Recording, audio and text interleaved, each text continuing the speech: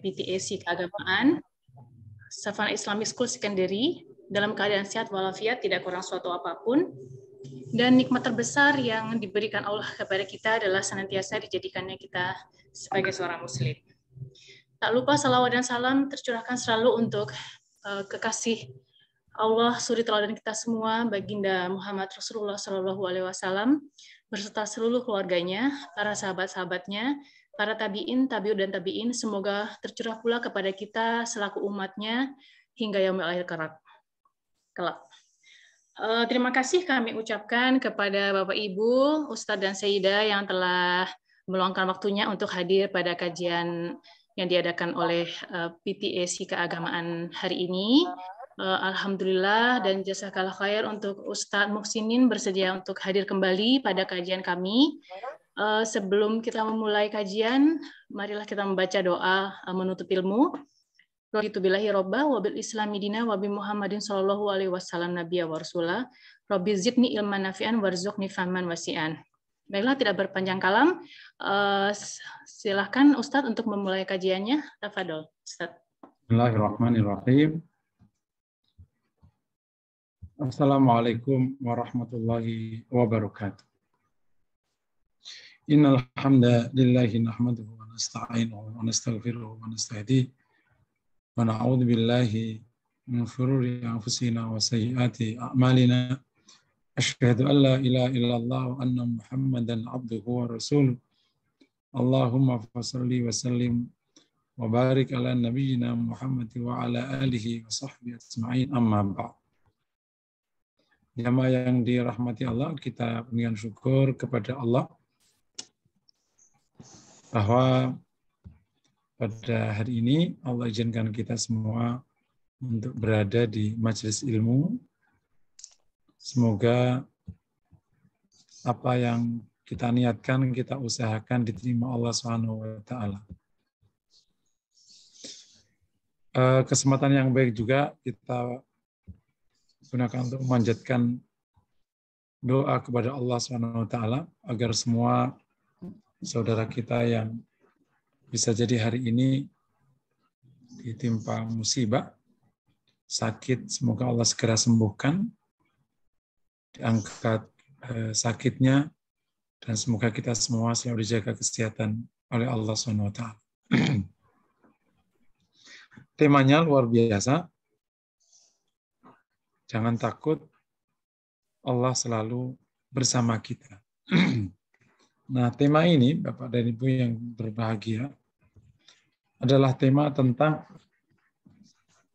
bab besar yang disebut dengan ma'iyatullah atau kebersamaan Allah.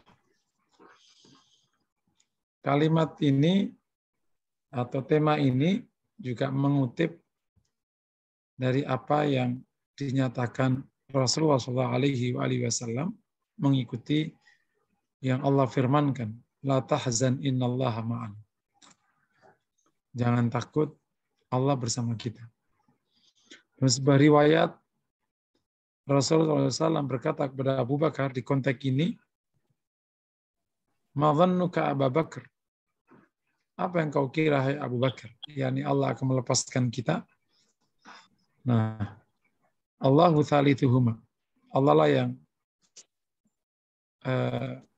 ketiga dari dua orang yang ada di gua Hira itu.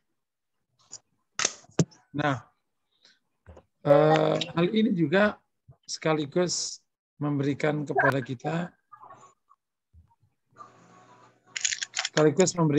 kita satu bab besar ya, tentang ada konsep yang sangat mendasar yang diberikan agama ini kepada kaum muslimin dalam menjalani hidup yang berdasarkan iman.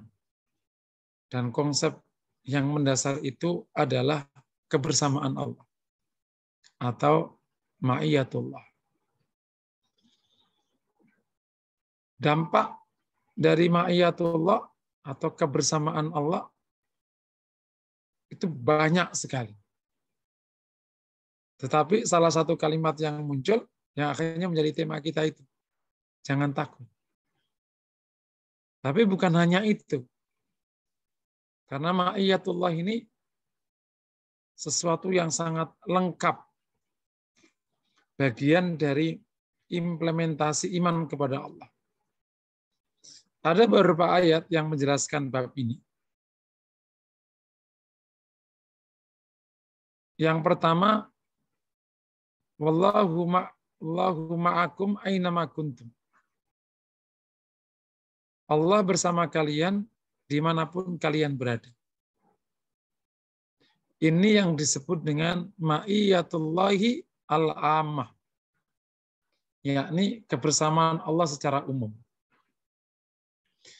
Ma'iyatullahi al-ammah atau kebersamaan Allah yang bersifat umum ini maknanya adalah ma'iyatullahi bil ilmi wal ihatah. Yani Allah mengetahui hambanya dan mencakupi hambanya. Yakni Allah tahu persis gerak-gerik hambanya. Allah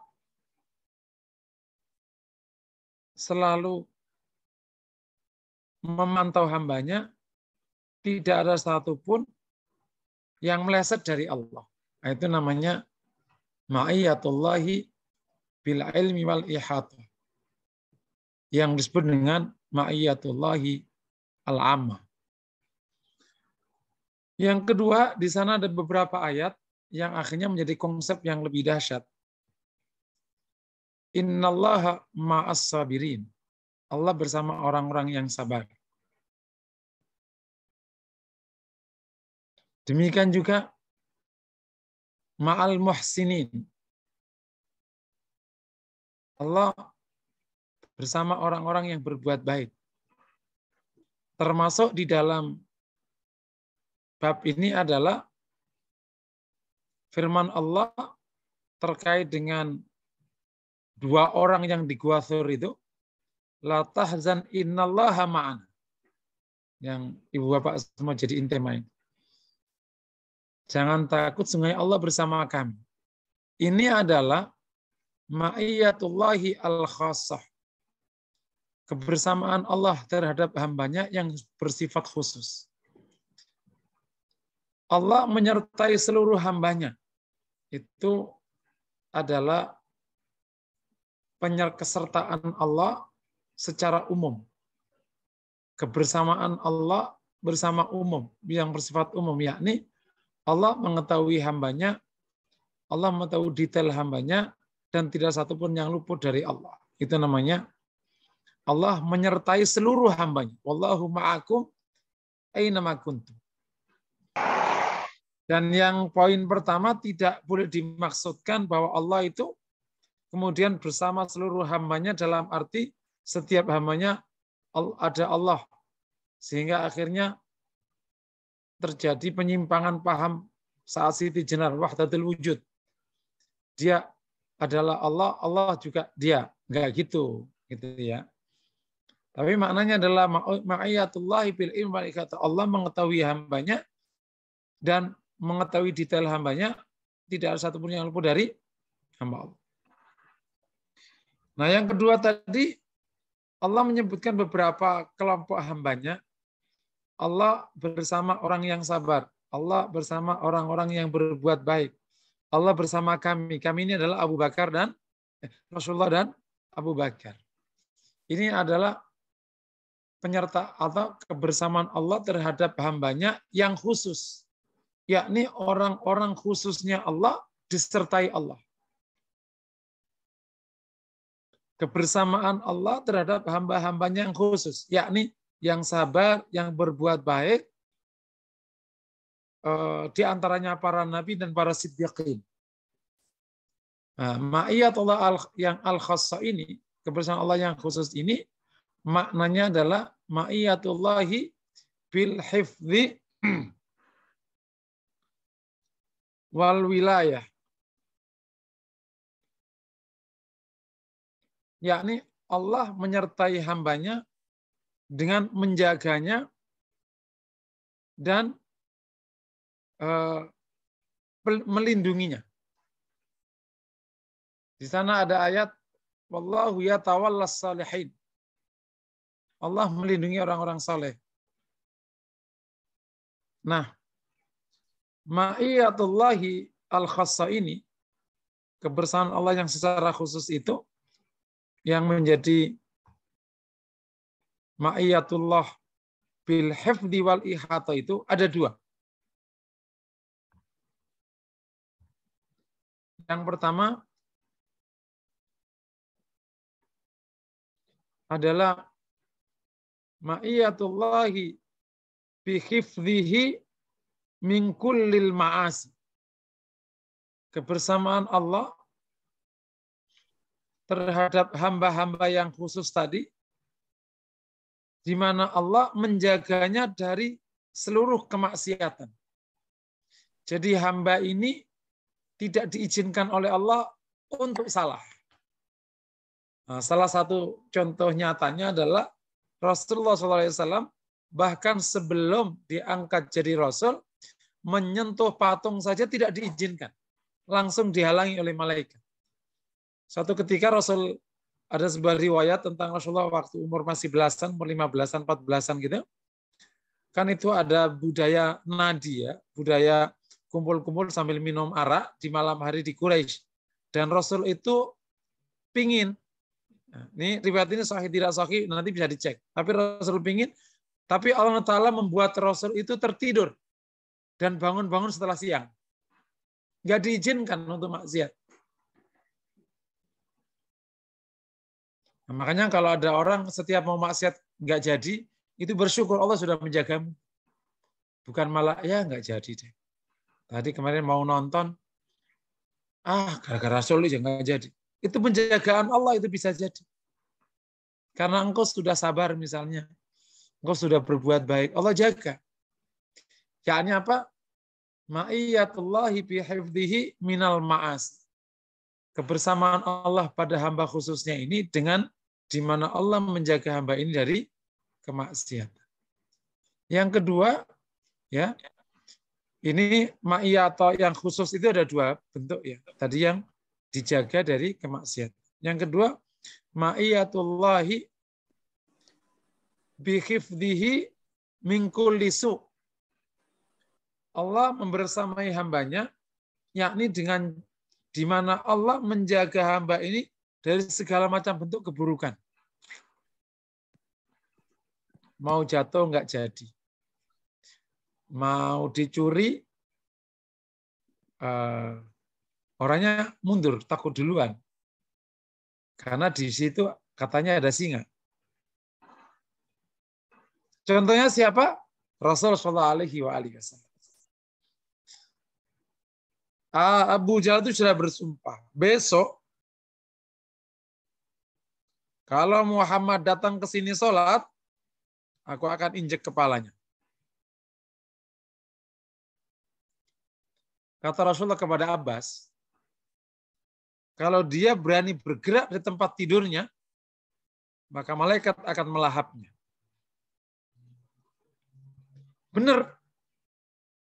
Rasul pagi datang, dan Abbas kemudian duduk bersama Abu Jahal. Begitu Rasul datang ke Ka'bah dan Rasul mau sholat, Abbas mengatakan, "Hai ya Abu Jahal, hadza Muhammad." Itu Muhammad sedang sholat. Kemarin kan kamu mengancam, kalau Muhammad datang mau sholat, kamu akan injek kepalanya. Sok injeklah. Tidak berani bergerak. Sampailah selesai sholat dan Rasul pulang. Kata Abu, kenapa tadi kau nggak melakukan yang kau janjikan kemarin? Kata Abu Jahal, di depannya itu ada lahap api. Dan kalau aku bergerak, aku mau kesambar. Kata Rasulullah, benar ya Abbas. Kalau Abu Jahal bergerak dari tempat duduknya, dia akan kelahap api. Nah, itu salah satu bentuk penjagaan Allah kepada Rasulullah dan yang lain-lain. Nah, termasuk nanti kepada hamba-hamba Allah yang itu penjagaan Allah terhadap Nabi Ibrahim, penjagaan Allah kepada Nabi Yusuf. Bayangin aja, Nabi Yusuf itu meskipun di sumur dijaga sama Allah, nggak bisa disakiti. Luarnya sih sumur, Nabi Yusuf rileks aja. Karena begitu Nabi Yusuf masuk sumur, Allah wahyukan kepada Nabi Yusuf. Itu masih umur belasan. Makanya sebagian ulama mengatakan Nabi Yusuf itu diangkat jadi Nabi waktu di sumur. Karena begitu dia masuk sumur, yang bajunya sudah dilepas itu, Allah wahyukan kepada Nabi Yusuf. La tunabbi'annahum bi amrim hadza wa hum la yash'urun di surat Yusuf. Engkau hai Yusuf akan menceritakan perbuatan mereka dan mereka tidak sadar. Jadi sudah dikasih tahu sama Allah. Nanti kau akan menceritakan kisah ini kepada mereka. Ya ini kau akan selamat. Gitu. Makanya Yusuf dijadiin budak rileks aja. Karena ending ceritanya sudah Allah kasih tahu. Enak nggak kayak gitu-gitu. Nah, makanya ada ungkapan kecil di tengah masyarakat, punya suami atau istri salihah itu satu sisi enak, satu sisi nggak enak. Satu sisi enak, ya insya Allah tentram hidupnya dan seterusnya. Tapi sehingga enak, wanita salihah atau laki-laki salih nggak bisa disakiti. Kalau dia disakiti, Allah yang akan menjaganya. Ini Alkisah nyata betul. Wanita salihah itu, wanita yang tidak pernah memandang laki-laki lain sepanjang hidupnya sejak kecil. Yang ia tahu laki-laki itu hanya suaminya. Ia sangat menjaga kehormatannya. Dan mendidik anaknya juga demikian. Anaknya tidak boleh boro-boro memandang. Ada laki-laki kalau menyapa anak perempuannya, yang di mana anak perempuannya? Kenapa ada laki-laki berani menyapa kau? Wanita ini selalu qiyamul lail. Wanita ini selalu memberikan hartanya kepada keluarganya, karena wanita ini kerja. Maka kalau suaminya mau menyakitinya, ada aja, ini kisah nyata. Yang suaminya mau ketiban plafon aja bisa jatuh. Yang mau ketabrak mobil, yang kakinya keseleo.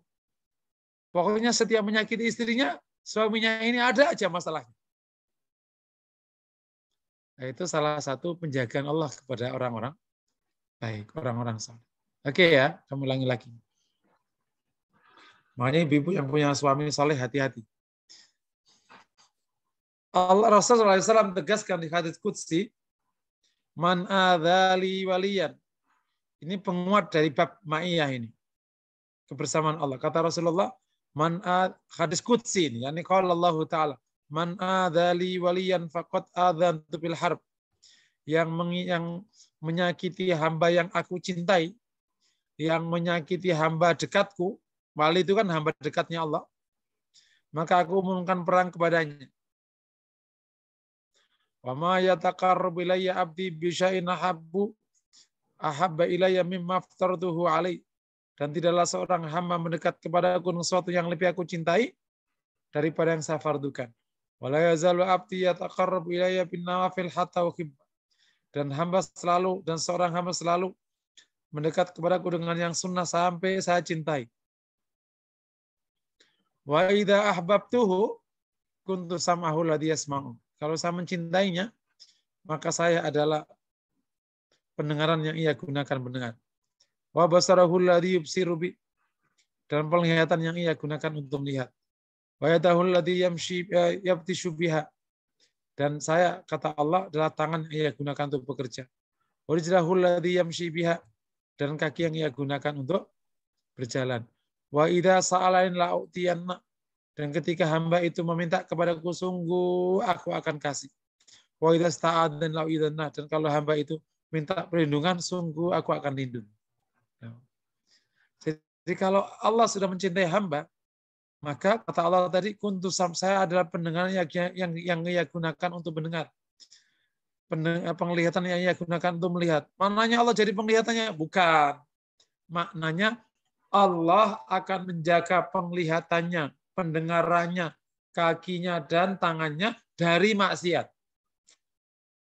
Makna kedua, Allah menjaga penglihatannya, pendengarannya, kaki dan tangannya dari seluruh tindakan buruk. Dan kalau hamba ini mau minta, Allah langsung kasih. Minta perlindungan, langsung dilindungi. Bapak-bapak, ibu-ibu pernah dengar nggak ada orang apa aja itu salah. Cari mertua, mertua salah. Ya Allah, udah mertua cerewet, nggak pernah ibadah, ngutangan. Nah, itu namanya dapat mertua salah. Dapat rumah salah. Udah mahal, banjir, kanan kiri orangnya naudzubillah.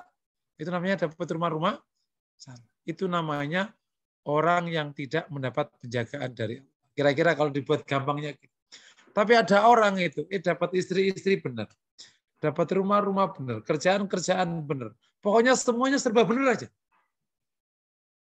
Padahal dia biasa aja. Itu namanya dapat penjagaan dari Allah. Orang seperti itu terkadang disebut dengan rajul muwaffaq. Apa? Muwaffaq. Orang yang mendapatkan taufik. Taufik itu apa sih? Apa sih taufik itu? Taufik adalah Allah mencocokkan kehendak dia dengan kehendak Allah.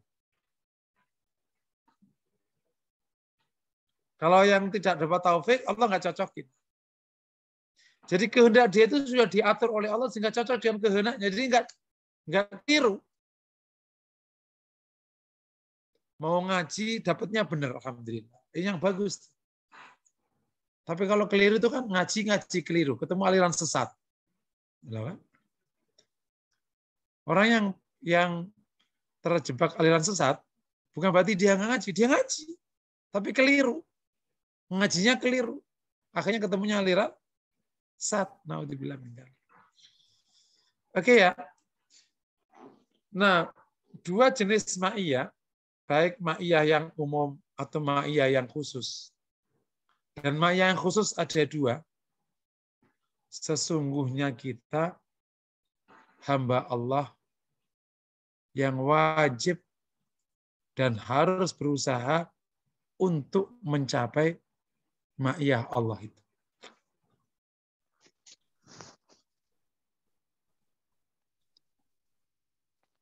Karena ma'iyatullah itu bagian dari karunia Allah yang Allah berikan kepada sebagian hamba.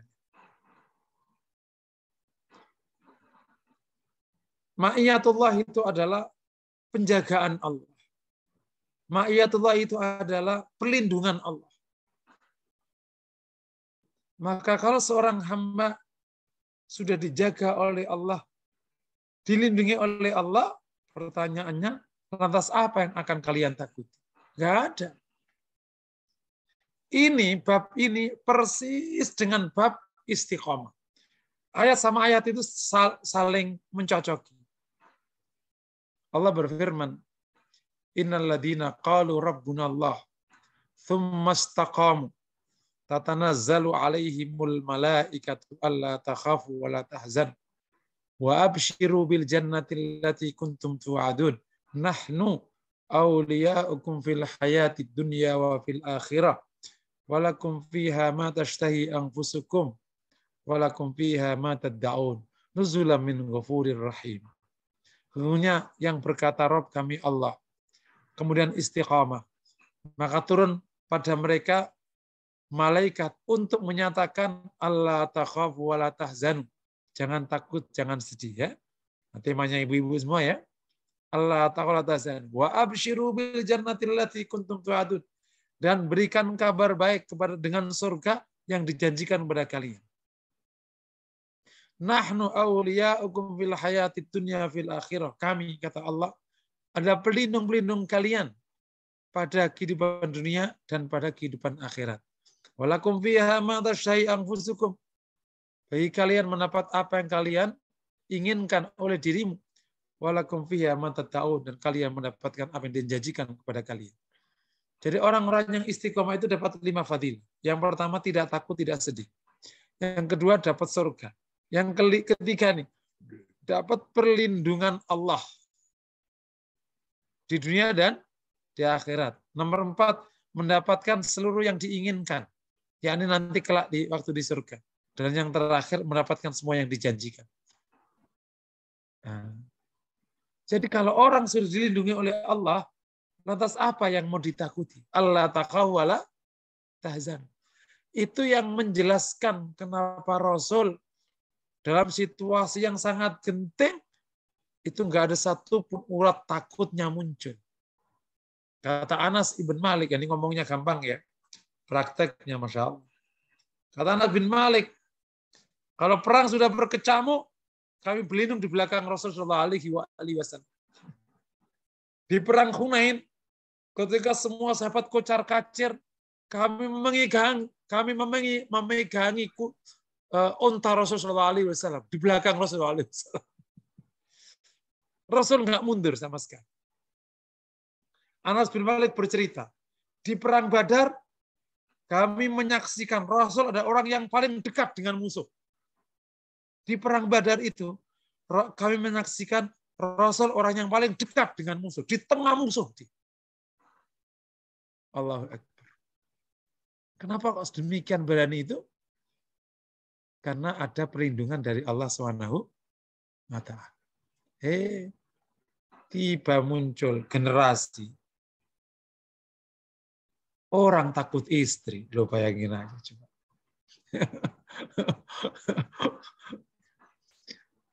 Ini jangan-jangan sudah nggak dapat perlindungan dari Allah. Oh, istrinya aja menakutkan. Muncul generasi takut sama atasan. Jadi di rumah terintimidasi oleh istrinya, di kantor terintimidasi oleh bosnya, di jalanan terintimidasi oleh pengendara motor. Galak-galak kan motor. Misalnya. Kalau anak-anak di sekolah terintimidasi oleh gurunya. Ini jangan-jangan kita nggak dapat perlindungan dari Allah SWT. Kenapa muncul rasa takut yang demikian tinggi?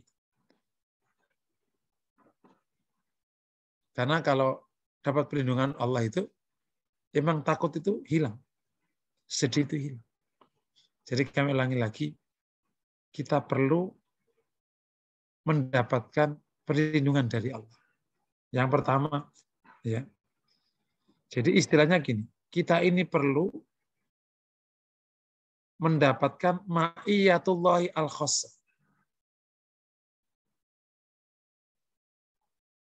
Supaya prakteknya nanti Allah melindungi kita. Kenapa itu penting? Ibu yang dirahmati Allah. Yang pertama, karena seluruh alam semesta ini di bawah kendali Allah. Jadi kalau Allah tidak lindungi kita, dengan mudah kita nggak selamat. Betul ya? Siapa yang menjaga kita malam-malam? Bahwa tikus itu tidak nyakar mukamu. Siapa yang lindungi? Betul nggak kira-kira? Kalau Allah nggak lindungi, hewan-hewan itu kan melata, malam itu kan buahnya tak terkira. Yang melata itu. Betul ya kira-kira? Itu dari sudut perlindungan dari segala macam bentuk yang buruk. Yang kedua, kita itu ingin taat. Ingin jadi orang yang soleh. Tapi kalau Allah nggak lindungi, setan itu gampang sekali membuat tangan kaki ini keluar dari ketaatan. Kita minta perlindungan Allah, semua anggota badan ini nggak diizinkan untuk maksiat. Makanya juga dengan ta'awudzubillahi minasyaitonir.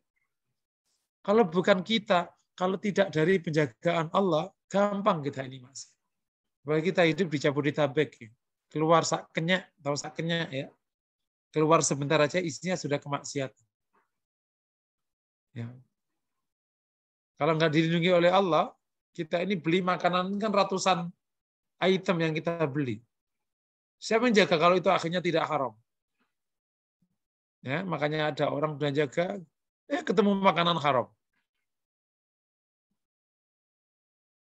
Kalau Allah nggak jaga, tangan ini itu bisa kemana-mana itu saat asik ria dengan tutnya handphone itu. tiba-tiba hanya ngomong, salah satu amal soleh yang harus dikhawatirkan ya, enak-enak umroh ya kan, enak-enak haji lah, biaya udah ratusan juta. Mau berangkat udah dijaga, di tengah berangkat dijaga, jangan sampai riak. Pulang kejaga. Pas reunian. Jeng, kemana kok? Hilang beberapa, nggak bisa dikontak. Lo. Dzulhijjah kemana emang? Lo haji. Ya iyalah, emang kayak lo. Pada hedon, udah tua juga. Astagfirullah, lo udah taubat. Ya iyalah. Surga, kira-kira amal solehnya hilang nggak tuh kayak gitu omongannya begitu. Udah dijaga. Kita datang ke Darul Aitam nih ya, panti asuhan, enak berbagi. Semoga selfie deh bersama anak yatim, gitu. Muncul gejolak di hati. Hilang tuh amal saleh. Makanya hati-hati. Kalau bukan Allah yang jaga, nggak ada satupun hal kecil bisa jadi amal saleh. Tapi kalau Allah jaga, apa aja jadi amal saleh. Betul ya kira-kira. Ibu ini kan jadi istri orang sudah puluhan tahun ya. Dan kita juga ngerawat anak kita puluhan tahun, betul ya. Tibalah saatnya, suami ngomong kayak gini. Ma, boleh nggak kita ini? Apa? Saya ini sudah mengabdi ke Bapak ini sudah belasan tahun. Gini toh pacarmu membalas saya. Hilang nggak amal solehnya selama berpuluh-puluh tahun kayak gitu. Omongan ibu-ibu suka ngomong kayak gini. Ibu ini hamil, kamu ini bertaruh nyawa. Lihat tuh orang hamil. Melahirkan, bertaruh nyawa. Nyusui, karir ibu hancur gara-gara melahirkanmu. Sampai akhirnya ibu keluar. Dan ibu dulu di puncak karir gara-gara bapakmu sih ingin punya anak cepat. Ternyata kamu kelakuannya kayak gini. Ngebales ibu begini. Kira-kira amal soleh yang kita kerjain berpuluh tahun hilang nggak? La tubtilu shadaqatikum bil manni wal adha. Jangan kau batalkan sedekahmu dengan menyebut. Betul itu Masya Allah. Kalau Allah nggak lindungi kita, kayak gitu itu gampang sekali jatuh. Gampang sekali. Hilang, gampang sekali ini. Nah, makanya semoga Allah lindungi kita. Jadi riak, nggak jadi. Gitu. Mau balas kelakuan suami, enggak. Dah, biarin aja, kita sabar aja lah. Ntar malah batal amal. Nah, itu namanya Allah jaga. Nah, yang ketiga, bahwa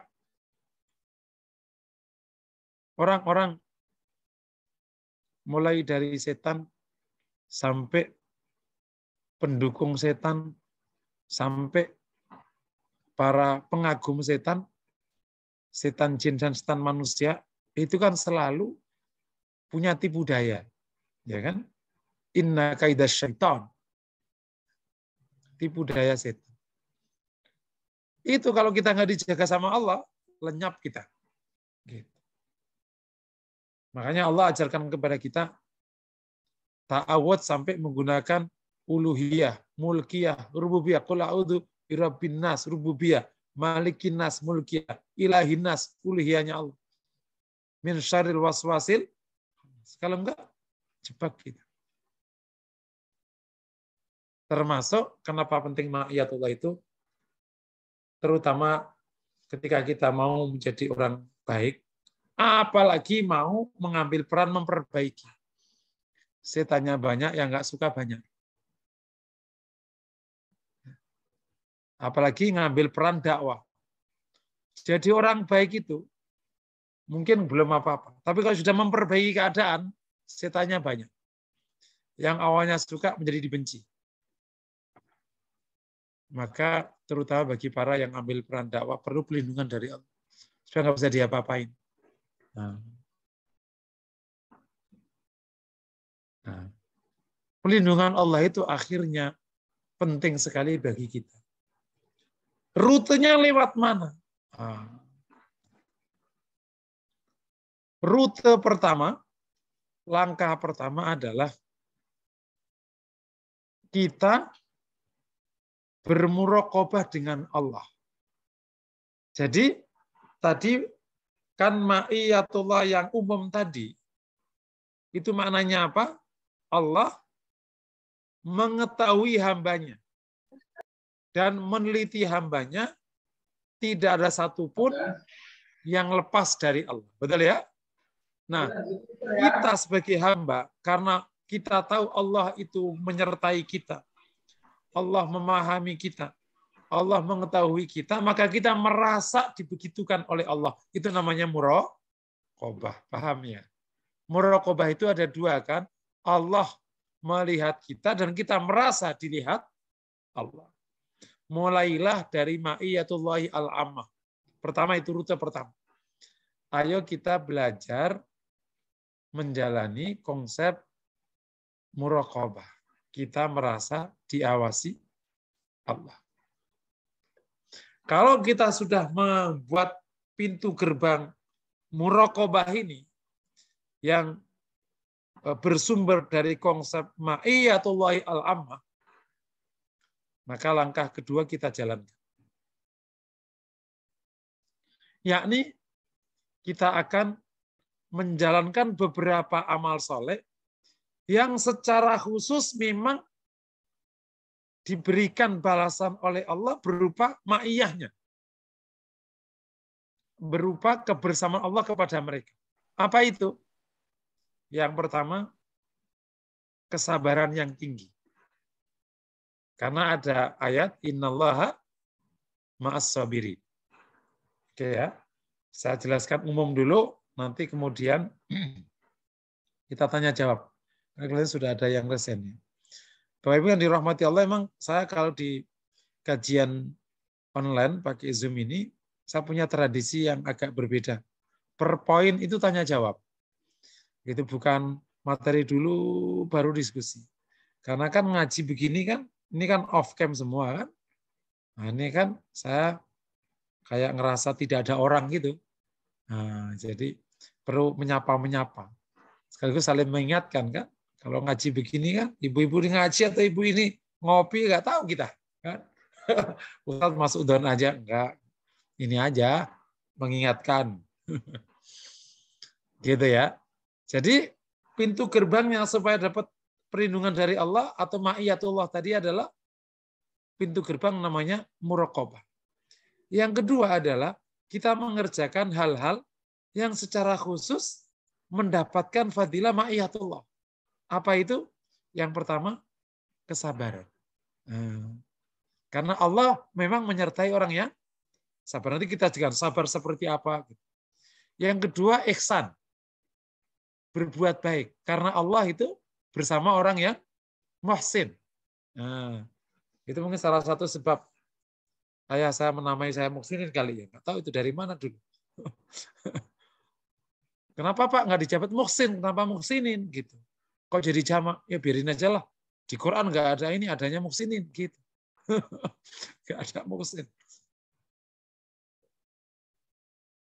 Jadi, jadilah orang yang muhsin.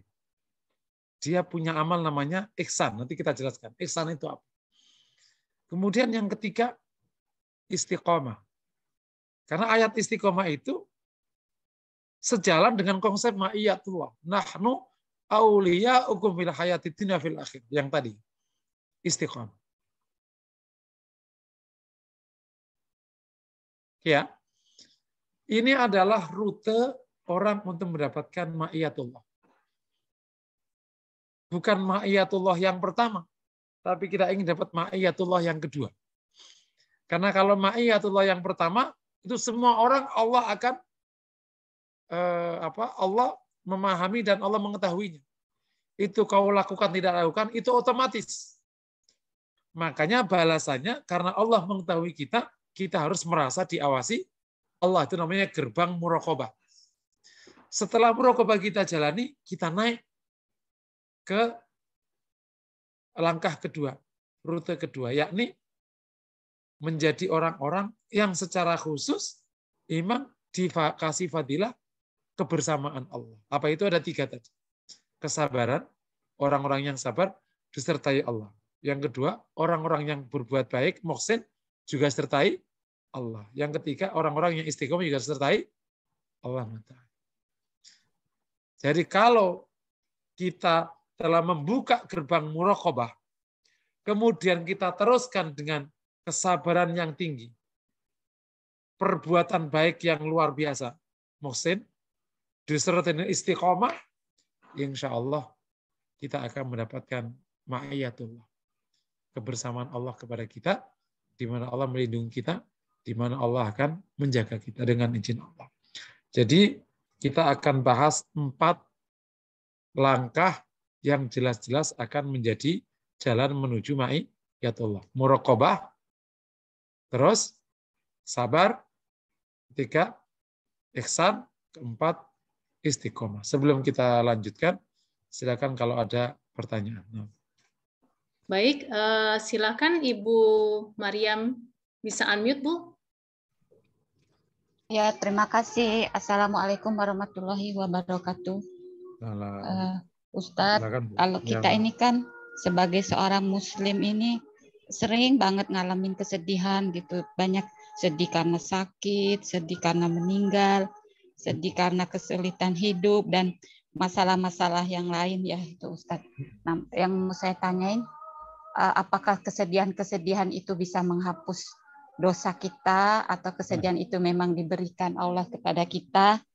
Nah, itu yang pertama. Yang kedua, kalau misalnya kita lagi bersedih, untuk menghilangkan kesedihan itu apa langkah-langkah apa atau cara-cara apa yang perlu kita lakukan? Yang kedua, yang ketiga, kalau kita misalnya ada seseorang yang membuat kita menjadi bersedih, apa reaksi kita terhadap orang tersebut?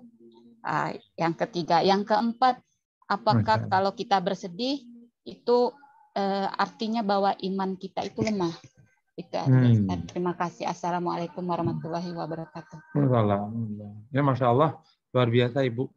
Ada 4 ya.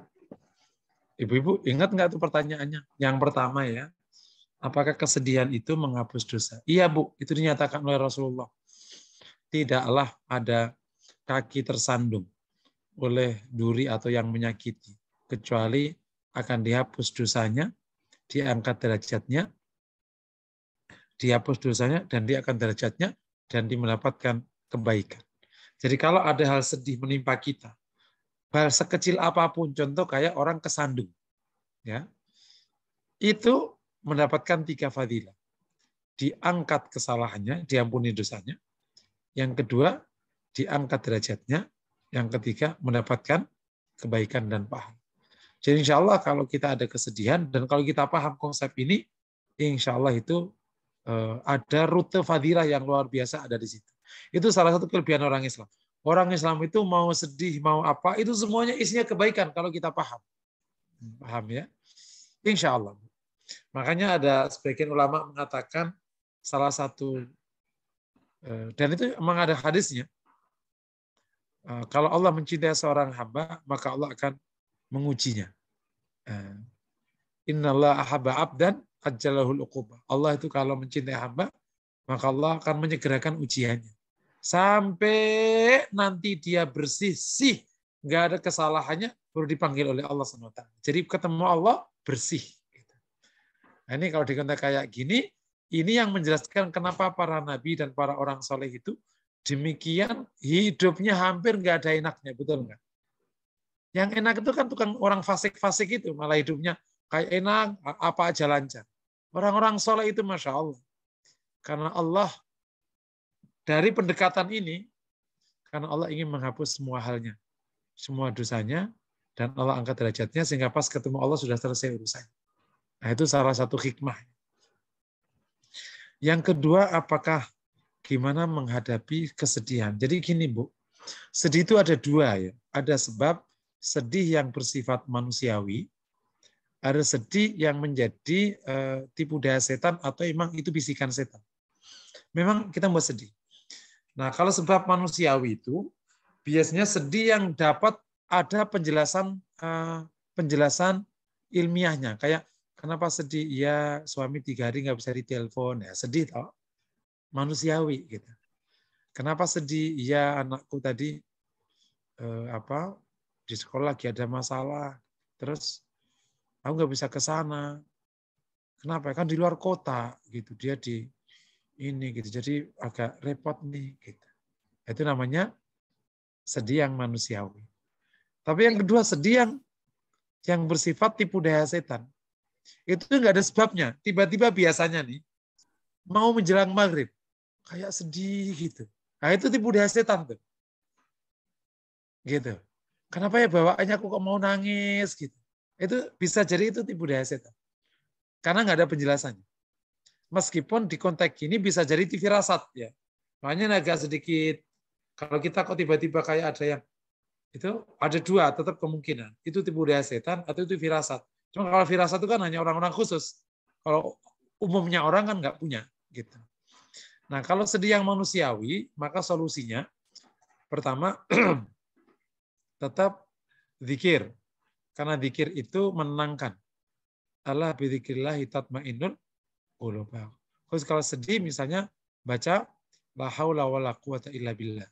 Zikirnya la haula wala quwata illa billah ditambah hasbunallah wa ni'mal wakil atau hasbiyallah wa ni'mal wakil. Nah, setelah sudah berzikir itu dan yang lain silakan. Subhanallah juga boleh. Setelah itu baru mencoba untuk membedah masalahnya. Diselesaikan. Tadi kalau suami nggak bisa ditelepon, bisa nggak nelpon temennya? Kan langsung hilang kan? Alhamdulillah mas, saya pikir kamu itu hilang ditelan ombak. Gitu. Aku pikir kamu ditelan sama orang sana, orang Dayak sana. Misalnya kayak gitu kan, kamu ke hutan kan kemarin kan? Iya sih. Ya, saya pikir ditelan sana, kok nggak bisa ditelepon. Kayak gitu. Apa namanya? Mau ditelan, udah tahu, paham ditelan. Ini maksudnya nggak bisa balik lagi, udah jadi orang sana dia. Gitu. Dan seterusnya. Kalau tadi ada anak, ya solusinya apa? Biasanya kalau udah selesai pelong, ya kan? Gitu. Tapi jangan lupa berzikir sebelumnya, karena terkadang udah selesai masih terus. Nah, tetapi kalau sedih tidak ada sebabnya, ketahuan langsung ta'awud itu, langsung ta'awud. A'udzubillahi minasyaitonirrajim. Disertai dengan takbir, karena takbir itu setan pergi. Allahu akbar dan zikir yang lain. Termasuk sampai ke level baca ruqyah, baca doa pagi dan sore, semoga hilang sedih. Karena ada doa Allahumma inni a'udzubika minal hammi wal hazan wa aji wal kasal wa a'udzubika minal jubni wal bukhl wa a'udzubika min ghalabati daini wa qahrir rijal. Nah, itu bagian dari usaha. Kalau ada sedih yang tidak ketahuan sebabnya.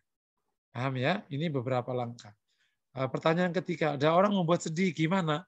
Kita yang pertama maafkanlah. Itu separuh masalah selesai. Maafkanlah dia. Ada cucu buat sedih, atau anak buat sedih, tetangga buat sedih, gitu. Nenek ini gimana sih? Udah bilang dari kemarin. Nah, kok nenek dibentak-bentak sih, nak? Iya, nenek kan. Alah, cucunya bentak-bentak. Sedih dia. Oke, itu yang pertama, maafkan dia. Kalau kau maafkan, oh ya sudah, namanya juga bocah. Nah itu sudah ngeplong tuh. Tapi kalau malah kita pikir terus, nah itu semakin sedih itu. Semakin sedih. Suami tadi agak berkata kasar, ya udah maafkan dia. Gitu. Apa tadi teman di grup berkata kasar, maafkan dia. Udah maafkan. Ya. Setelah kau maafkan, yang kedua, bisa kita mulai cari sebabnya. Kenapa dia begitu? Karena ada hukum sebab akibat yang Allah izinkan terjadi. Kenapa orang menyakiti kita? Oh ini toh. Oh jangan-jangan aku yang salah. Minta maaf berarti. Memang dia usil. Kita bisa ngomong. Kenapa gitu? Kenapa kau harus sakiti aku? Ya habis sih. Mbaknya cuek sama aku. Oh gitu. Yaudah deh. Ntar aku aja. Nah, bisa jadi orang karena kita kurang perhatian atau apa. Kalau anak-anak kan juga kayak gitu. Anak-anak yang perhatian akhirnya bikin ulah gitu di rumah biasanya. Akhirnya begitu diperhatikan, udah selesai urusannya. Nah, gitu. Maafkanlah dan cari solusinya. Yang kemudian yang keempat ya. Apa tadi yang keempat ya? Apa Bu? Apakah imannya lemah? Oh, iya. Kalau kita sering sedih, merasa sedih terus. Ya, jadi itu relatif ya. Kalau sedih itu bersifat manusiawi, itu tidak berhubung dengan iman. Rasul pun sedih ketika Ibrahim naza meninggal itu, meneteskan air mata. Nah, saat Ibu Nubadah ketika melihat Nabi begini, sampai ya Rasulullah, kamu sedih ya Rasul ditinggal oleh Ibrahim? Dipikir itu dianggap tidak itu atas takdirnya Allah. Kata Rasulullah, inahdir rahmah. Ya Allah fi qalbi yasha'u ibadi. Ini kasih sayang yang Allah kasihkan kepada siapa yang Ia kehendaki. Misalnya kalau tadi misalnya konflik sama suami kan sedih. Itu namanya manusiawi. Paham ya? Tidak langsung ke urusan iman. Tapi kalau kita sepanjang hidup kok dikit-dikit sedih. Dikit sedih. Suami nggak bisa ditelepon, sedih. Duit kurang dikit, takut. ATM hilang, sampai ke dunia mau heboh. Terus aku gimana aku belanjanya? Waduh, nggak bisa hidup. Nah, kayak gini ini berarti kaitannya dengan iman, betul. Karena orang yang beriman, insya Allah akan kokoh, akan tenang, gitu. Dinamika yang tinggi tidak menyebabkan dia goyah. Paham ya? Jadi kalau kesedihan itu manusiawi, itu tidak selalu terkait dengan iman. Kayak tadi sedihnya Rasul pada waktu Ibrahim mau meninggal. Sedihnya Rasul ditinggal Khadijah dan Abu Thalib, sehingga disebut dengan Amul Huzn, tahun kesedihan. Manusiawi itu. Tapi kalau sedihnya yang tadi, yang lebih dalam lagi, padahal jelas-jelas itu nggak ada masalah, nggak ada apa, atau masalahnya ringan, tapi sampai gitu. Kayak misalnya kayak contoh, ditinggal anak sampai 6 bulan nggak hilang-hilang, itu bab iman itu sudah ketahuan. Sehari 2 hari oke. Sampai seminggu nggak keluar dari rumah, melihatin baju anaknya, lebay. Itu sudah kaitannya dengan iman, perlu penguatan iman. Dengan untuk kayak gini perlu banyak berpikir, tilawah, banyak thalabul ilmi, ketemu orang-orang saleh, insya Allah akan. Wallahu a'lam bishawab. Terima kasih Ustadz, sudah terjawab semua. Semoga saya tidak mengalami sedih-sedih lagi. Amin. Amin ya rabbal alamin. Ya Bu, insya Allah. Baik, ada lagi? Ustadz ini ada pertanyaan di chat, dibacakan dulu atau lanjut materi? Mungkin satu dulu pertanyaan boleh? Ya, satu ya. Ustadz izin bertanya, bagaimana membedakan bahwa cobaan yang kita hadapi adalah hanya cobaan dari Allah, karena orang tersebut sebetulnya sudah jadi orang yang soleh atau dia sedang tidak mendapat perlindungan oleh Allah karena dia orang zolim. Jadi sebenarnya pada hakikatnya perkara tidak ada satupun tahu yang kita terima ini dari mana. Apakah itu peringatan dari Allah, atau itu justru ujian dari Allah karena Allah menyayangi kita. Gitu ya. Karena para nabi yang orang baik itu mendapatkan kesulitan. Nabi Isa nggak punya ayah. Lahir dipersoalkan. Gede dikejar-kejar. Gitu. Padahal ia nabi, ulil azm. Rasul juga demikian. Tapi juga ada orang-orang dolim yang mendapatkan kesulitan hidup. Fir'aun tenggelam. Ya kan? Fir'aun beberapa kali mendapatkan masalah. Ya. Apa aja nggak bisa diminum. Ya kan? Kekeringan. Ada belalang. Macam-macam gitu. Apa bedanya yang menimpa Fir'aun dengan yang menimpa Nabi Isa dan Rasulullah? Gitu. Nah, jadi di konteks ini karena bisa ya, mungkin sedikit luas saya terangkan supaya paham ya. Kesulitan yang Allah timpakan kepada hambanya itu bisa, awas ya, kesulitan atau ujian bahasa ibu-ibu tadi, yang menimpa pada hambanya itu bisa lewat dua rute. Bisa karena dia salah, Allah akan memberikan kesulitan. Ini yang disebut dengan peringatan atau azab.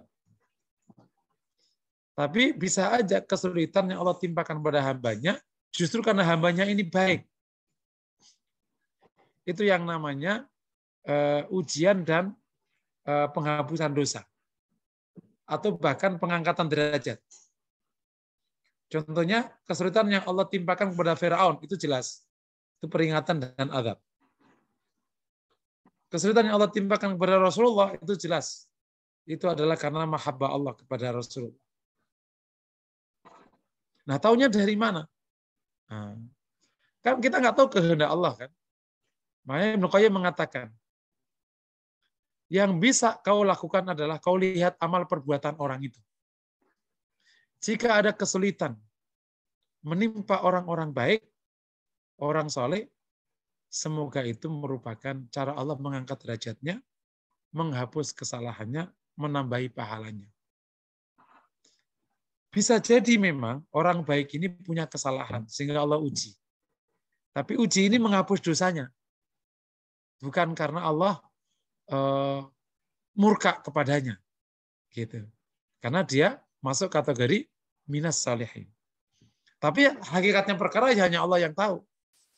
Tapi kalau ada orang dolim, orang fasik, sebagian besar hidupnya itu dosa. Kau mendapatkan kesulitan, itu jelas-jelas peringatan dari Allah. Semoga berhenti dari kedolimannya.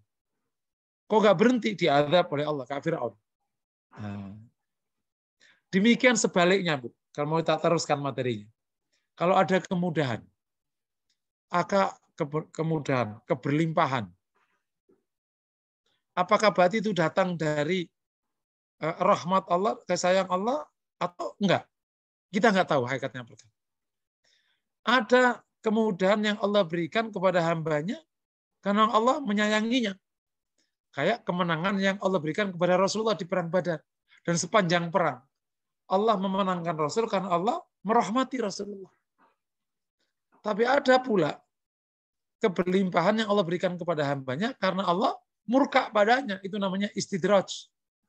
Contohnya kekayaan yang Allah berikan kepada Firaun. Firaun itu kan kaya raya. Kekuasaan yang Allah berikan kepada Firaun. Gitu. Jadi ada orang zalim yang dikasih oleh Allah. Dan ada orang baik yang dikasih pula oleh Allah. Ada orang zalim yang diazab oleh Allah. Dan ada orang baik yang diuji oleh Allah. Nah, hakikatnya perkara kita tidak tahu. Jadi yang perlu kita lihat adalah kita ini baik apa enggak. Nah, insya Allah. Kalau kita terus berbuat baik, seandainya ada ujian, semoga itu mengangkat derajat, menghapus dosa, menambah pahala. Bukan azab dari Allah. Paham ya? Dan seandainya, karena kita berbuat baik, rajin ibadah, berbuat baik sama sesama, dan seterusnya. Kok ada keberlimpahan? Semoga ini karena rahmat Allah. Paham ya? Karena memang orang-orang yang baik juga Allah akan kasih. Man amila salihan min dzakarin aw untha wa huwa mu'min falanuhyiyanahu hayatan thayyibah. Barang siapa yang berbuat soleh, laki atau perempuan, sedangkan ia beriman, sungguh saya akan berikan kepadanya kehidupan yang baik. Karena dia soleh, Allah kasih kehidupan yang nyaman. Jadi intinya, jadilah orang soleh. Maka yang menimpa kita, ketemunya baik dengan izin Allah. Wallahu a'lam bishawab. Paham ya? Ya, baik.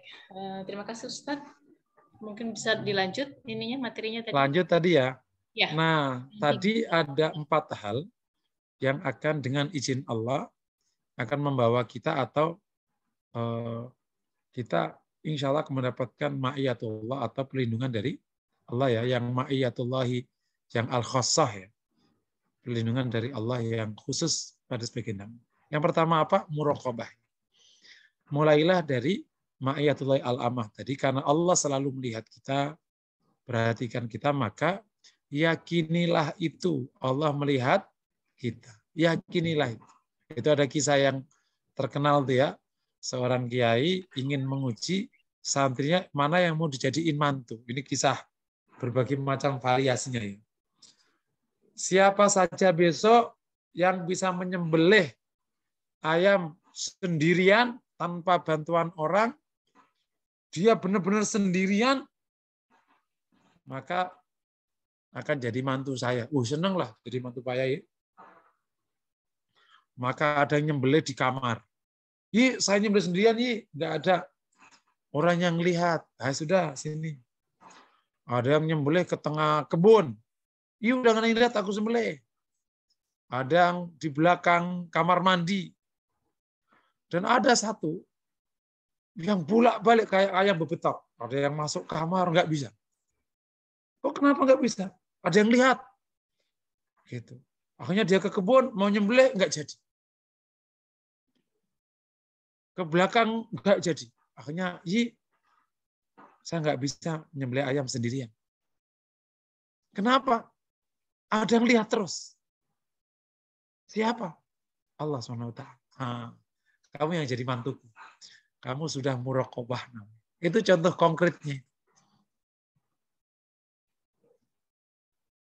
Jadi yang terus merasa diperhatikan Allah SWT. Oke ya? Itu yang pertama. Bu, nanti kita sampai jam berapa nih, Bu? Ini ada bapak-bapaknya juga kayaknya ya? Iya, ada Ustadz. 1 jam dan tanya jawab 30 menit. Jadi kita nanti sampai jam 11 ke jam 11? Sekarang sudah 11.20 ya. Atau kalau materinya 15 menit atau kira-kira cukup? 15 menit ya maksimal ya. Oke, nanti sisanya tanya jawab ya, Bu. Iya, baik. Mungkin jam 11.45 ya, karena supaya nggak mepet zuhur ya. Iya, Ustaz. Nah, tadi namanya muraqabah ya. Itu yang pertama ya. Yang kedua, nah kita memasuki apa setelah pintu gerbang muraqabah kita jalankan, kita mengamalkan atau punya sifat yang secara khusus mendapatkan ma'iyatul. Yang pertama tadi apa? Sabar ya. Sabar. Nah, Allah Ta'ala tegaskan, ya ayyuhalladzina amanu sabiru wasabiru wattaqullaha la'allakum tuflihun. Sabarlah dan tingkatkan kesabaran. Nah, kesabaran ini akan mendatangkan ma'iyatul. Sabar itu apa? Sabar itu adalah kesanggupan menanggung beban agar bertindak benar. Nah, gitu ya. Ini definisi yang paling komplit. Kesanggupan menanggung beban agar bertindak benar. Beban itu apa? Perintah Allah itu juga beban. Larangan Allah juga beban. Ujian dari Allah juga beban. Nah, menghadapi beban ini kita bisa benar. Itu namanya sabar. Makanya ada sabar dibagi menjadi 3. Sabar untuk taat, sabar dari maksiat, sabar atas ujian. Diuji oleh Allah tetap benar. Enggak goyah agamanya. Ada provokasi maksiat, enggak goyah. Tetap taat. Enggak ikut maksiat. Ada perintah, tetap taat. Itu namanya kesanggupan menanggung beban untuk bertindak benar. Awas ya, Ma.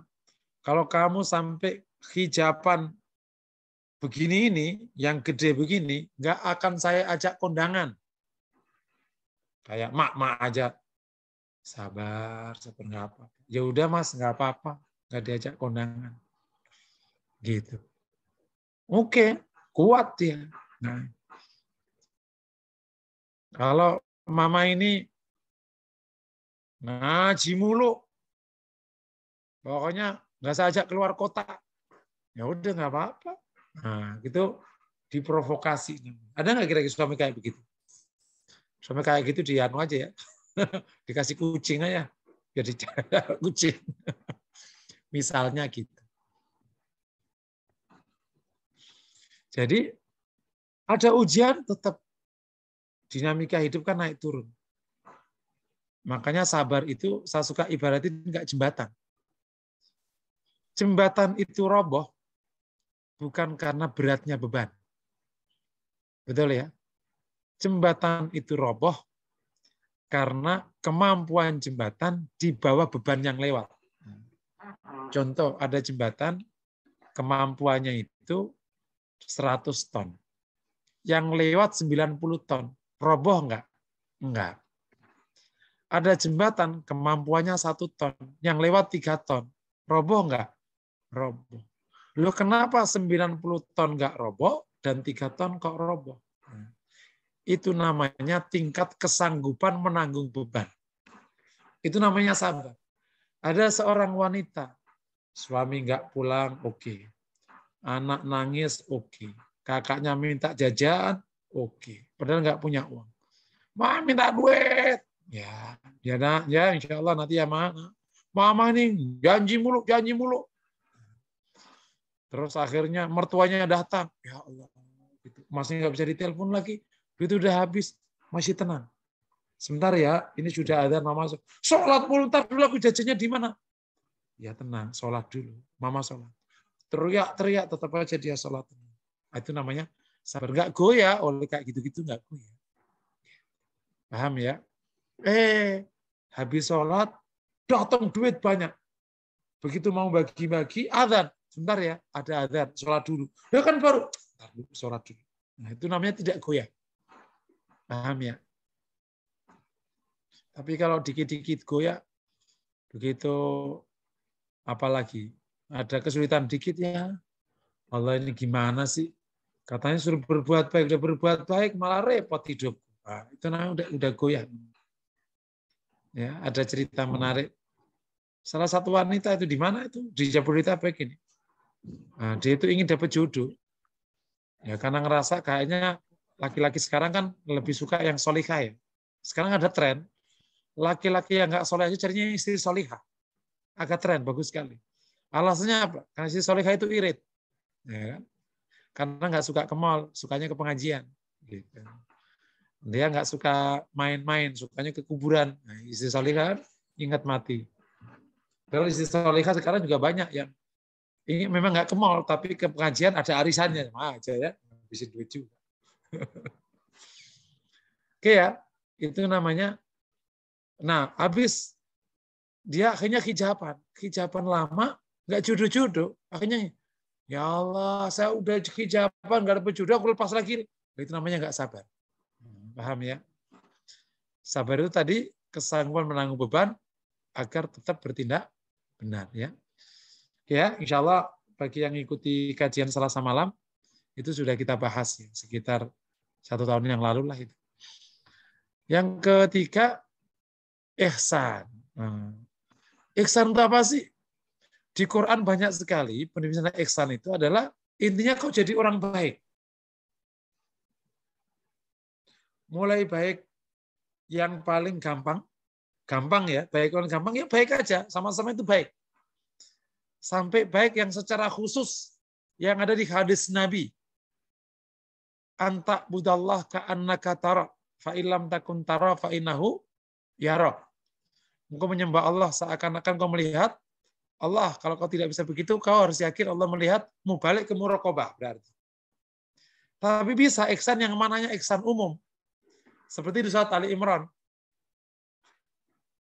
Alladzina yunfiquna fis sarra'i wad dharra wal kadhimina al-ghaidha wal 'afina 'anil nas wallahu yuhibbul muhsinin. Orang yang selalu infak pada waktu lapang dan sempit, memaafkan orang, menahan amarah, itu orang-orang muhsin, itu orang baik. Jadi ihsan itu ada 2 ya, ada baik secara umum yang tadi suka memberi, suka ini, ada muhsin secara khusus yang tingkatannya tinggi, ini seakan-akan melihat Allah waktu beribadah. Paham ya? Pokoknya jadilah orang baik. Yakni baik muhsin amah, muhsin secara umum, atau menjadi muhsin yang khas, yakni memang hubungannya sama Allah itu bagus sekali. Oke ya. Ini adalah yang dimaksud menjadi orang muhsin ya. Yang terakhir istiqomah. Karena juga mendapatkan perlindungan dari Allah dan juga tidak takut, tidak sedih. Apa istiqomah? Istiqomah itu komitmen di jalan kebenaran dan jalan kebaikan. Apa? Komitmen di jalan kebenaran dan jalan kebaikan. Makanya istiqomah itu ada 2. Ada istiqomah fil mauqif, istiqomah dalam bersikap. Sekali bersikap benar, ya benar. Sekali muslim, ya muslim. Yang mukmin, nggak goyah. Kayak para sahabat. Khobab, Bilal, diintimidasi, ya mukmin. Pokoknya ya, Mak, kalau kamu bagus mulu, tak kurangi. Nggak bisa diajak happy-happy sih. Ya udah kurangi. Itu namanya istiqomah dalam bersikap. Pak, saya nggak mau ya kalau bisnis haram ya. Kalau haram aku nggak ikut. Ya udah kalau Bapak nggak mau ini, Bapak keluar dari kantor. Ya udah, nggak apa-apa. Itu istiqomah. Ini mahal sekali harganya, apalagi hari ini. Di mana orang terprovokasi untuk menjual agama. Naudzubillah min dzalik. Ya, yang kedua istiqomah dalam beramal, yakni langgeng. Yakni beramal soleh sampai akhir hayat. Nih ya, kita udah biasa ngaji, ya udah ngaji yang ngaji, bukan ngaji enggak, ayah enggak, nyat, tak panas tai ayam, itu namanya tidak istiqomah. Istiqomah itu maknanya langgeng. Kata Rasulullah, khairul a'mal adwamuha wa inqal, sebaik-baik perbuatan yang paling langgeng, meskipun sedikit. Baca Quran, ya udah baca Quran terus. Jangan baca Quran sekali, nanti baru tahun depan baca Quran, enggak gitu. Bagus mana baca Quran sekali 1 juz terus nggak baca Quran, tapi baca Quran setiap hari 1 ayat tapi terus baca Quran. Bagus 1 hari 1 ayat tapi terus baca Quran. Tapi bagus mana sehari 1 ayat sama sehari 1 juz tapi terus menerus, ya sehari 1 juz tapi terus menerus. Dan fadilah istiqomah luar biasa besar sekali. Salah satunya tadi, insya Allah dapat perlindungan dari Allah SWT. Ya, secara umum saya katakan rute untuk mendapatkan ma'iyatullah yang bersifat khas, yang khusus, yakni penjagaan dari Allah. Pertama, mulailah dengan muraqabah. Yang kedua, jadilah orang yang sabar dan sabarnya tinggi. Yang ketiga, jadilah orang yang selalu berbuat baik, muhsin dan muhsin. Muhsin umum atau muhsin yang khusus. Yang ketiga, jadilah orang yang selalu istiqomah dalam bersikap dan dalam beramal saleh. Insya Allah kalau kita melakoni 4 rute tadi, semoga Allah akan jaga kita, Allah lindungi kita. Bukan hanya pelindungan di dunia, tapi juga di akhirat. Bukan hanya pelindungan dari urusan yang buruk, tapi juga pelindungan dari maksiat. Ya, tadi sudah kita terangkan. Bapak yang dirahmati Allah, kiranya demikian materi yang dapat saya sampaikan. Tentu materi ini bukan sekedar materi untuk diketahui ya. Karena ini kan materi lebih terkait untuk dilatih sehingga menjadi sikap pribadi. Nah, karena ada kaitannya dengan hati tadi, berarti perlu amal hati dan juga ada kaitannya dengan amal perbuatan. Tapi insya Allah dengan izin Allah kita bisa melatihnya, membiasakannya, dan insya Allah kita semua mendapatkan ma'iyah dan perlindungan dari Allah SWT. Aku qouli hadza wa sallallahu wasallam ala Muhammad. Assalamualaikum warahmatullahi wabarakatuh. Waalaikumsalam warahmatullahi wabarakatuh. Masya Allah, materinya ini padat banget ya. Insya Allah semoga kita semua bisa mengamalkan dan mudah-mudahan bisa istiqomah ya semuanya. Mohon izin nih Ustadz, ada pertanyaan saya bacakan ya. Ya Bu. Dari Ibu Yuli, bagaimana caranya supaya kita selalu merasa diawasi oleh Allah? Dan apa bedanya muraqabah dengan ihsan? Ya. Yang pertama, zikirnya memang pertama tentu pakai penguatan iman dulu ya. Karena berawal dari iman, penguatan iman dulu. Baik iman kepada rububiyah Allah atau kepada uluhiyah Allah. Nah, yang kedua, perbanyak zikir. Nah, berzikir terutama zikir yang kalimat tauhid, la ilaha illallah. Ya, kalimat tauhid. Itu kalau itu sering dan banyak, itu insya Allah nancep di hati. Sesuai dengan teori afirmasi. Apa yang kau katakan, itu akan ada di hati. Ya kan, ya? Makanya kenapa iklan itu diulang-ulang, supaya nancep di hati. Makanya ibu-ibu nggak bisa lepas dari perkara baru. Iklan mulu yang ditonton. boleh, makanya ganti handphone mulu. Coba kalau ditonton itu yang lain, pasti nggak ingin ganti handphone, nggak pernah lihat. Nah sama itu, masuk di otak terus diulang-ulang. Makanya para ulama terkadang kita nggak kuat tuh. Zikirnya itu kalau di beberapa kelompok ulama itu ada yang sampai 25.000. 25.000, bukan 5.000, 25.000 sehari. Gimana 25? Itu minimal 25.000. Nah, kita 1.000 aja pot-potan. Nah 1.000, 100 saja atau istiqomah. Nah, kan kita kembangin grup zikir kan juga ya. Mungkin ibu-ibu mungkin sudah tersampaikan pula grupnya. 100 saja pot-potan. Ini ada minimal 25.000. Tahu gimana cara mengerjakannya? Itu diperbanyak aja. Nah, yang ketiga, nah kalau sudah mulai tadi ada penguatan iman dan zikir, latihan tafakur. Karena tafakur itu nanti melihat apa saja, ingat penciptanya. Nah, penciptanya. Melihat kucing, ingat penciptanya. Lihat suami, ingat penciptanya. Bukan melihat, ya Allah, duitnya nggak ada. Itu mah materialis banget. Tuh. Ya Allah, suamiku udah tua. Pasti itu materialis banget. Itu. Karena dulu melihatnya ganteng.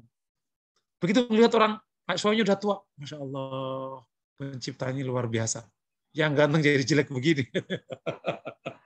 Penciptanya maha dahsyat, maha agung. Udah memberikan isyarat kepada kita, udah pada putih semua uban.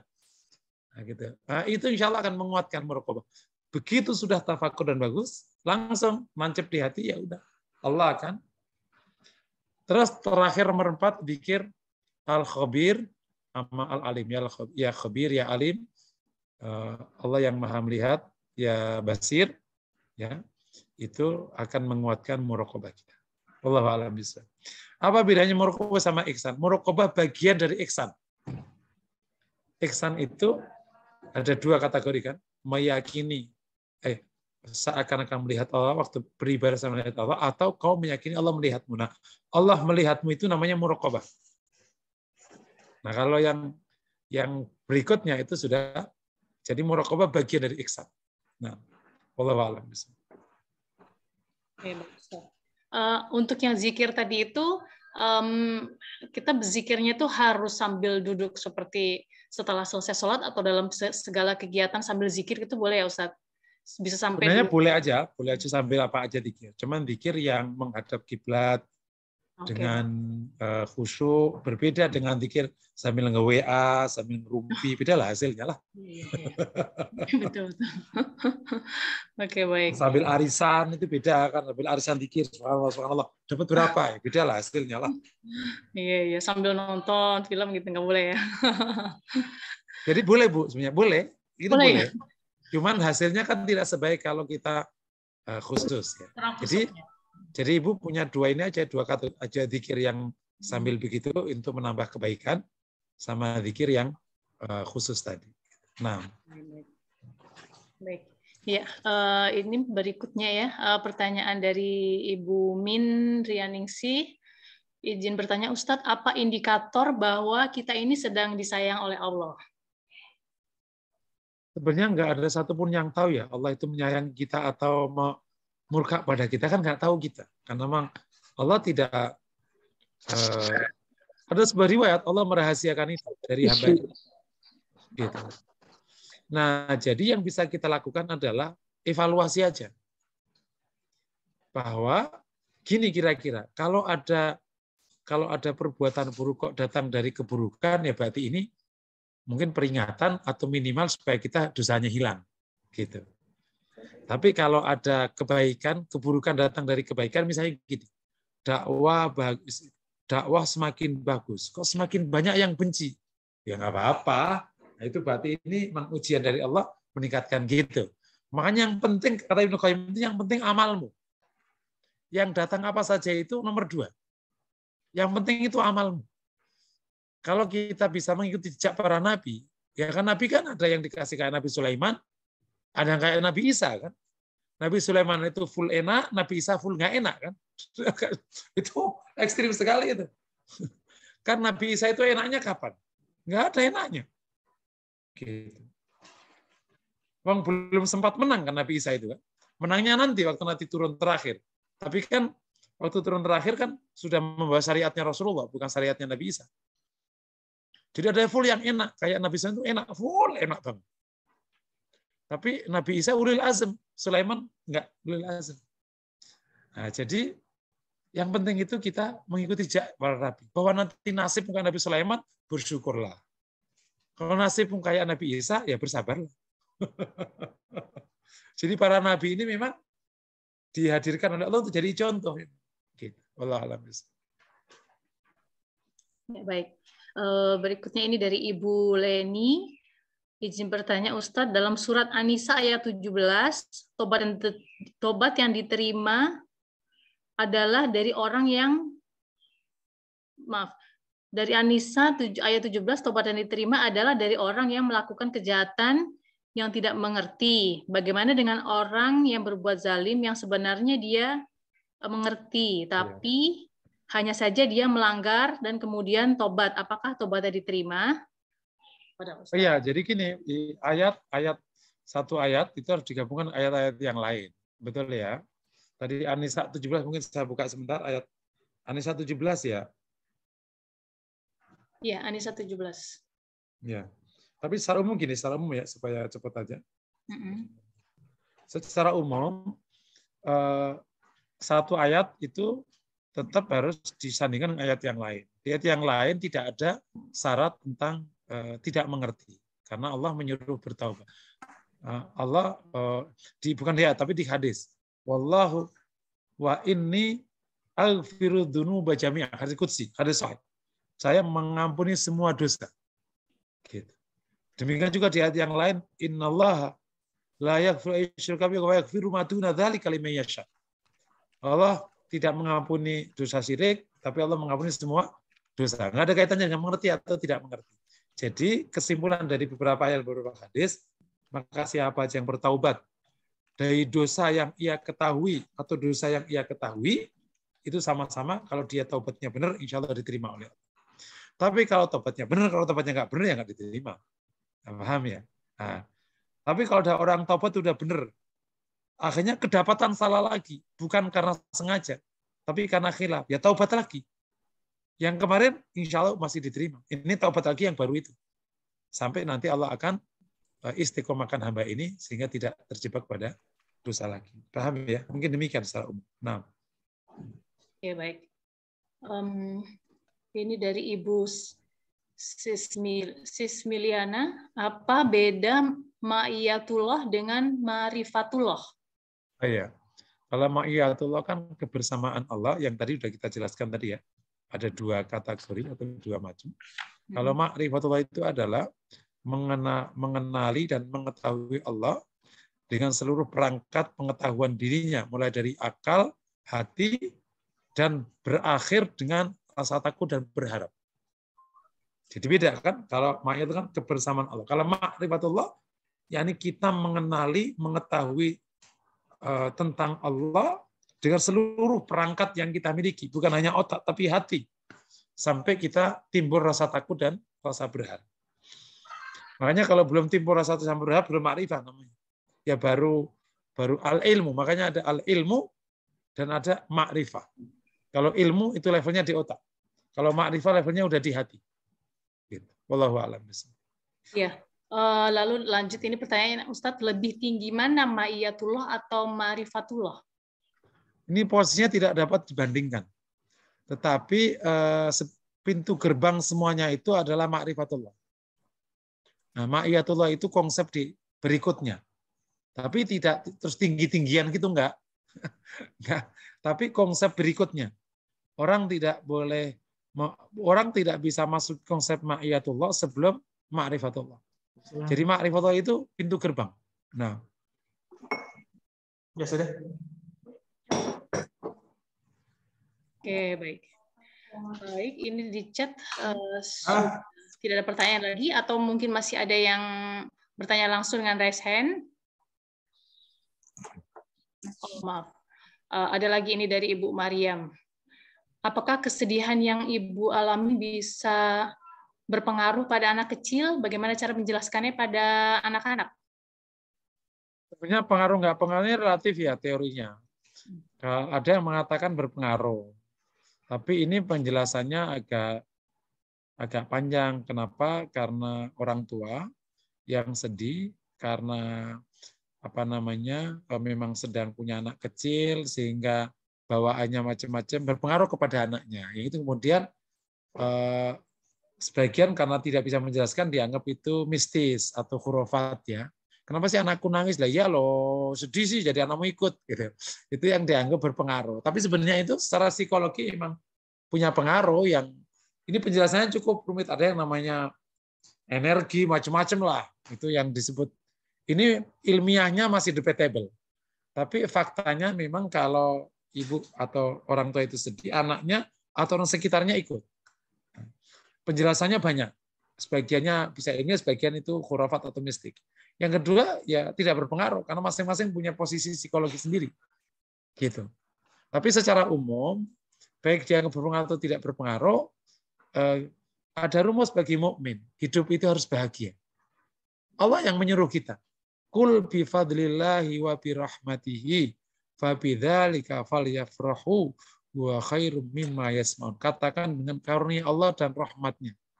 Maka berbahagialah, kata Allah. Itu lebih baik daripada apa saja yang mereka kumpulkan. yakni orang-orang kafir yang mereka yang kumpulkan. Karena engkau sudah beriman, engkau sudah berlimpah rahmat dari Allah, maka bahagia. Kalau ada yang kurang-kurang itu sedikit sekali yang kurang. Masih banyak yang ini ngomongnya gampang ya. Maka perlu banyak bersyukur. Nah, jadi kalau misalnya memang agak sedian, mungkin melankolis ya, maka perlu namanya memoderasi karakter. Memoderasi. Jadi yang biasa sedih biasanya orang melankolis, sedikit-dikit nangis, sedikit-dikit sedih gitu. Nah, itu memoderasi. Nanti ya senyum aja. Gitu ya. Nah, salah satu doa yang perlu dipanjatkan supaya tidak sering sedih, Allahumma inni a'udzubika minal hammi wal hazan ya. Itu silakan aja baca di buku doa pagi dan sore. Terus juga kalau masih sering sedih, jangan sering sendirian. Sering bersama orang, itu cenderung tidak sedih kalau bersama orang. Terus seringlah bersama orang yang bahagia, bukan orang yang ngeluhan. Jangan kan, ya Allah pusing aku, jangan pusing, ya Allah supaya nggak pernah ada enaknya apa lo gini. Yang happy happy aja. Insya Allah ya. Allah alam. Oke, baik. Waktu juga sudah hampir masuk sholat zuhur. Ya, jadi kita akhiri kajian kita kali ini. Mohon sebelum saya tutup, Ustadz bisa berdoa bersama dan menutup kajian ini. Ya, Bapak Ibu, mari kita akhiri majelis kita dengan berdoa kepada Allah. Semoga Allah kabulkan. Astagfirullahaladzim. Astagfirullahaladzim. Bismillahirrahmanirrahim. Alhamdulillahirabbil alamin. Hamdan syakira wa sallallahu alaihi Muhammad wa alihi wasallam ajmain. Allahumma fil lana wa tub alaina innaka at-tawwabur rahim. Fil lana wa li wa rabbuna sighara. Allahumma ati nufusana taqwaha wa zakkaha khairan zakkaha. Allahumma shfi mardana ishfi shifan ajilan. Shifan la yughadiru saqam. Allahumma rabbin nas idbil bas ishfi wa anta syafi. La shifa illa shifa shifan la yughadiru saqam. Allahumma ya fattahu ya mannanu ya rahmanu ya rahim ya karimu ya latif. Iftah lana abwaaba rahmatika wa abwaaba rizkika wa baka fadlika wa karimika wa judika ya rahman rahimin. Allahumma ya hayya qayyum la ilaha illa anta ilaika nastaghith aslih lana syu'nana kullah wa la takilna ila anfusina tarfata ain. Rabbana atina fid dunya hasanah wa fil akhirati hasanah wa qina adzabannar. Walhamdulillahi rabbil alamin. Kita bareng-bareng doa kafatul majelis. Subhanakallahumma wa bihamdika asyhadu an la ilaha illa anta astaghfiruka wa atubu ilaik. Assalamualaikum warahmatullahi wabarakatuh. Waalaikumsalam warahmatullahi wabarakatuh. Jazakallah khair Ustaz. Hari ini Jazakallah khair Ustaz.